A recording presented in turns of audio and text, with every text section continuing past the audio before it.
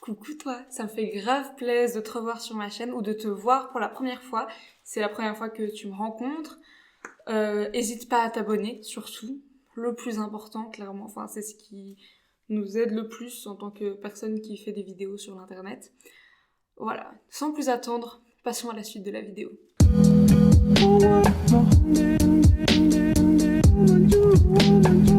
Cette vidéo, c'est une vidéo que j'avais très hâte de tourner parce qu'en fait, c'est une vidéo dans laquelle je vais te présenter une technique en 4 étapes pour te permettre de calmer ton anxiété. Au milieu d'une crise, tu vas réussir à te séparer de ton anxiété en fait et à prendre des bonnes décisions, à pas te laisser guider par cette anxiété on le sait tous, l'anxiété ça part pas comme ça, c'est pas possible. Voilà, si t'es anxieuse, tu dois vivre avec, mais t'es pas obligé de mal vivre avec. Donc, je vais te présenter cette technique que j'aime beaucoup, qui permet justement un peu de te recentrer quand tu sens que t'es en train de tomber dans une spirale anxieuse. Donc, cette technique, en fait, elle t'aide justement à gérer les pensées inconfortables, et à ma connaissance, c'est un psychologue américain qui l'a créé, cette technique, donc big up. Donc en fait, ça c'est vraiment un truc, c'est pas comme la méditation ou comme ça où c'est un peu préventif pour te calmer, pour que tu sois plus chill et tout. Là c'est vraiment, là t'as des pensées intrusives dans ta tête, qu'est-ce que tu peux faire directement à ce moment-là? La première étape, c'est donc à la base les 4 R ils sont en anglais mais je les ai traduits. La première étape c'est renommer. Typiquement tu te dis je vais jamais réussir mes examens. Et là tu dis, ok, cette pensée c'est quoi? Cette pensée c'est juste une préoccupation. Tu donnes vraiment un label à cette pensée. Première étape. Deuxième étape, c'est la réattribuer. Donc, c'est-à-dire qu'en fait, ce qui est super important, et c'est vraiment, je pense, un truc charnière dans l'anxiété, c'est réussir à saisir quand t'as des inquiétudes qui sont valables et normales et que tu devrais t'inquiéter, et quand c'est des faux messages de ton cerveau, pas des fausses inquiétudes, parce qu'en vrai t'es vraiment inquiet, mais t'es inquiet à cause de ton anxiété, donc c'est différent et ça ne t'aide pas. Et du coup là en fait quand t'as ce genre de pensée, tu dois réussir à te dire ça c'est mon anxiété, ce n'est pas moi, ce n'est pas valable, ce n'est pas un vrai message qui me dit attention il faut faire gaffe. Enfin ça dit ça mais ça devrait pas, c'est une couille de mon cerveau, donc voilà.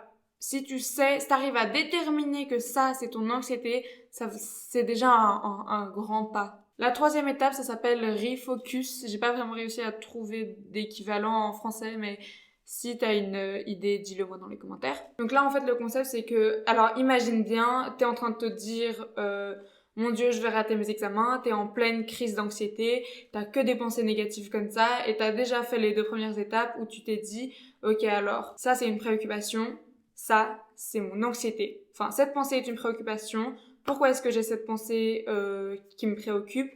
Parce que c'est mon anxiété qui me l'envoie. Et à ce moment-là, du coup, ce que tu décides de faire, tu refocuses. Donc, tu changes complètement, peu importe ce que tu es en train de faire, tu changes d'activité pendant minimum 15 minutes. Enfin, vraiment le temps que t'imprimes que t'es en train de faire autre chose. Donc, tu fais un truc cool. Tu fais, je sais pas moi, tu peins, tu dessines, tu lis, tu vas marcher.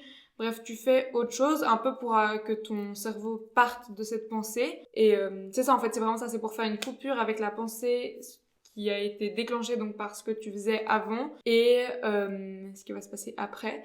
Donc là, t'es en train de faire ton truc. Donc en fait, ce que tu fais, c'est que tu changes ton focus en changeant de comportement. Tu changes d'activité. Et surtout, tu fais ça même si c'est désagréable.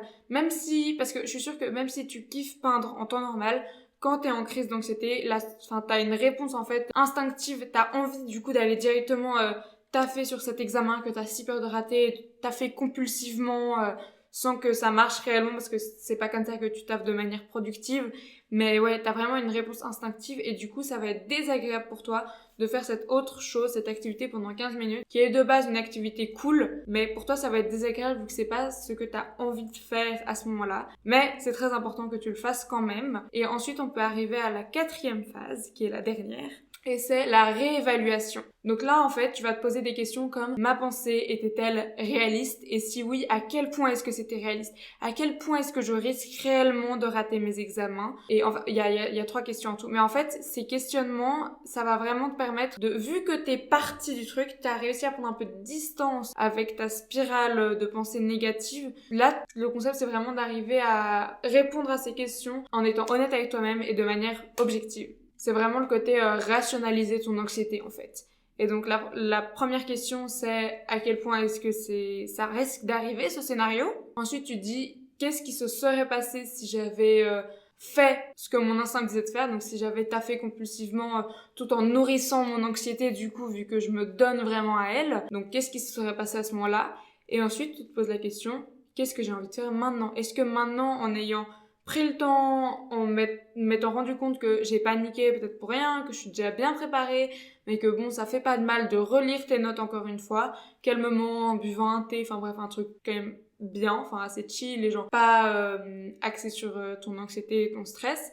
Et dans ce cas-là, tu vas peut-être te dire, bon bah ok, maintenant la crise est passée, je sais ce qui s'est passé, je sais que c'était faux, mais j'ai quand même bien envie maintenant de relire mon truc et du coup c'est ça que je vais faire. Parce qu'en fait, si tu suis pas cette technique des 4 R, tu risques de donner à ton instinct pardon, je recommence. Si tu suis pas la méthode des 4 R, tu risques de faire ce que ton instinct te dit de faire. Donc là, dans mon exemple, ça va être de taffer compulsivement sans que ça t'aide spécialement parce que quand tu taffes et que t'es hyper stressé, hyper anxieux, que vraiment t'essaies de tout lire d'un coup, bah t'y arrives pas, ça marche pas, t'apprends rien parce que dans ton cerveau c'est juste anxiété, anxiété, anxiété et pas ce que t'es censé apprendre. Donc du coup tu risques de réagir comme ça. Ou typiquement si peut-être que t'as une crise d'anxiété parce que quelqu'un t'a invité à son anniversaire et sur le moment t'as paniqué, t'as dit non ou genre dernière minute t'y es pas allé, après tu vas regretter, ça le problème en fait. Si tu laisses ton anxiété dicter ta vie, tu vas probablement le regretter. J'ai déjà fait une vidéo sur ce sujet, tu peux aller la voir. Enfin genre comment ne pas te laisser dicter ta vie par ton anxiété ou un bail du style, j'ai fait un truc là-dessus. Ouais, tu risques de regretter parce que le problème c'est que ton premier instinct, c'est probablement pas la meilleure option pour toi, c'est probablement pas ce que t'aurais dû faire. Typiquement, par rapport à l'exemple de la soirée où t'es pas allé, je suis sûre que t'aurais eu un très bon moment et que tu te serais trop marré. Et du coup, si t'avais pris le temps de prendre un peu de recul et te dire, bon bah ça me stresse, mais en même temps je sais que je vais passer un bon moment sur le moment. Que je vais passer un bon moment, que c'est juste mon anxiété qui parle et qu'en vrai, il va rien se passer, personne va me mettre à l'écart, personne va me crier dessus ou des trucs comme ça. Et ouais, et du coup, si tu prends pas le temps de te recentrer, tu risques vraiment de tomber dans une sorte de spirale où tu commences à éviter les choses à cause de ton anxiété et ça peut pas être bien. Tu vas finir par plus avoir de vie sociale, par être tout le temps dicté par ton anxiété et c'est clairement pas ce qu'on veut. Donc voilà, c'est la fin de cette vidéo. J'espère qu'elle t'a plu, j'espère qu'elle t'a aidé. Tu peux me dire si tu connaissais déjà cette technique. Tu peux me dire si tu l'as utilisée et qu'elle t'a servi. Enfin, moi ça me fait toujours plaisir que tu me racontes un peu des petits trucs comme ça dans les commentaires. Tu peux la liker si tu l'as aimé, la partager avec tes cops et imagine t'abonner à ma chaîne, peut-être, ça peut être chouette. Voilà, ça m'a fait super plaisir de te parler. Prends soin de toi, bye bye.